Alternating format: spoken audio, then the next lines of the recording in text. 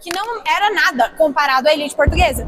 Só que eles se achavam alguma coisa. Sim. A elite brasileira era quem mais tinha poder no Brasil. Só que aí eles foram encarados com o fato de que eles iam perder esse poder com a elite portuguesa chegando.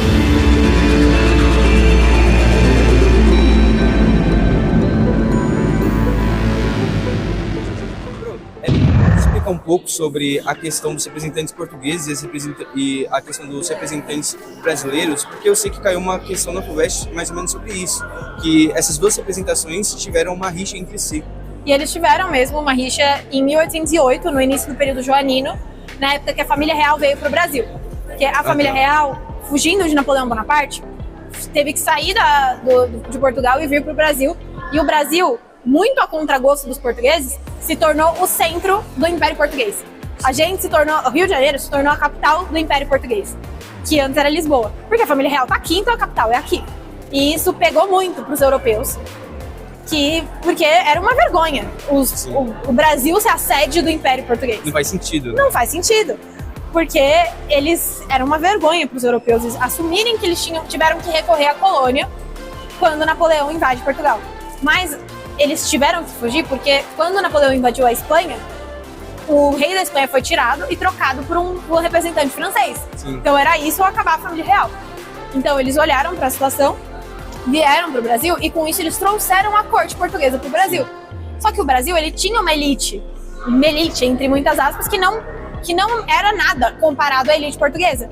Só que eles se achavam alguma coisa. Sim. A elite brasileira era quem mais tinha poder no Brasil. Só que aí eles foram encarados com o fato de que eles iam perder esse poder com a elite portuguesa chegando.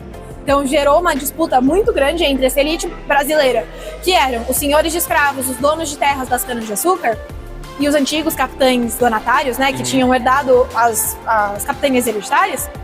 Essa galera, que era essa elite canaeira, a elite do ouro depois, né, a galera que tinha enriquecido com ouro, que era vista pelos portugueses como um bando de caipira que tinha que depender de trabalho escravo, porque era uma grande hipocrisia da Europa.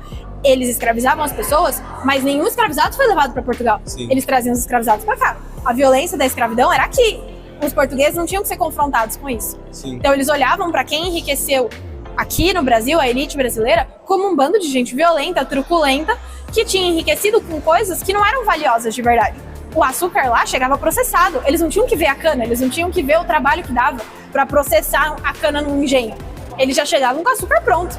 O açúcar mascavo, né? Que depois ia ser refinado, que nem era refinado em Portugal, era refinado na Holanda. Então, a elite portuguesa, ela não tinha contato com o que fazia o Brasil ser uma colônia tão lucrativa.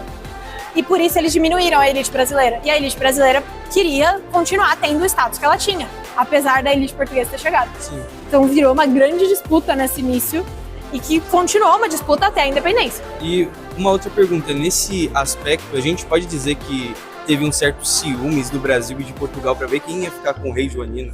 Para ver quem ia ficar com Dom João? Isso. Sim, tanto é que Dom João não fica muito tempo aqui. Dom João volta para Portugal. Inclusive tem o famoso dia do Fico, né, que aconteceu um pouco antes da independência, que foi quando Dom João e a imperatriz, a rainha de Portugal, Carlota Joaquina, resolvem voltar para Portugal, que virou uma decisão, virou uma pressão. Dom Pedro I, você vai escolher quem?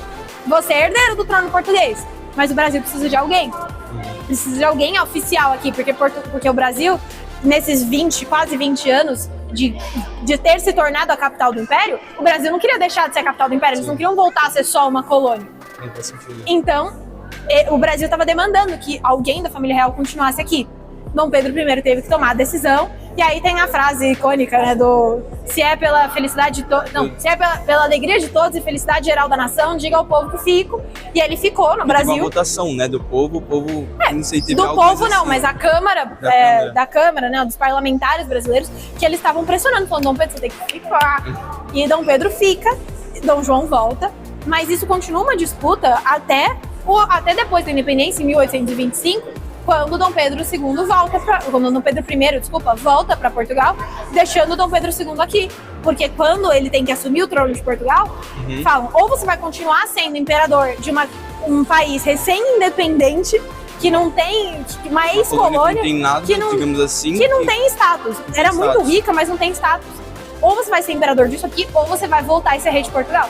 Ele escolheu voltar, Sim. deixando Dom Pedro II aqui, criança, 5 aninhos, deixando ele aqui pra gente ser governado por regentes. Até que Dom Pedro II tivesse tempo de amadurecer, crescer e virar o segundo imperador do Brasil. Tá bom. Obrigado, Pro. Imagina, mãe. E você saberia responder esta pergunta? Para mais conteúdos como esse, se inscreva no Radar do Campus. É isso aí, tchau, tchau, pessoal!